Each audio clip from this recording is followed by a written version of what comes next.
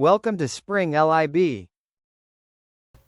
So the two identical balls are released from rest, which means that the kinetic energy of both the balls, let's call the ball 1, 2. So kinetic energy of both the balls initially is 0. And this means since they are released from a position on the track, the only energy contained in the balls is their potential energy. And potential energy is mass of the ball times acceleration due to gravity times height of the ball at that point. Now both of these balls are released from the same height, and both of them are identical, which means that mass of both of them is same. Therefore, we have mgh and mgh both as the initial potential energy of both the balls.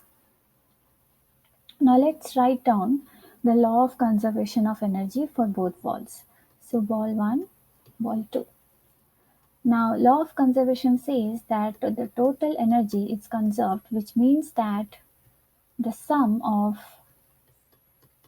the potential energy and kinetic energy before the ball are released, or before the balls reach the end of the track, is equal to when they reach the end of the track. Now, after they have reached the end of the track, basically they are on the ground. Therefore, according to this equation, the potential energy of both the balls will go to 0. So over here, I am writing a general case for both the balls. We will substitute the individual values for each ball afterwards. And the initial kinetic energy for both the balls is also 0, which means that the entire initial potential energy of the ball gets transformed into the kinetic energy of the ball after it has reached the ground. Now, kinetic energy is also can be written as half times mass of the ball times the velocity of the ball, and Vf means the final velocity or the velocity of the ball at the end of the track. Now let's substitute the values. So basically both the balls have the same potential energy, so it doesn't matter for which uh, ball we substitute the value for. This is equal to the kinetic energy of the ball, and that's equal to, now both the masses cancel out.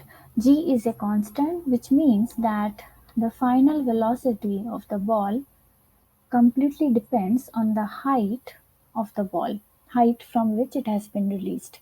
Now both the balls start from the same height, which means that the speed of the ball at the end of the track is also going to be same. So both balls will have the same speed. Thank you.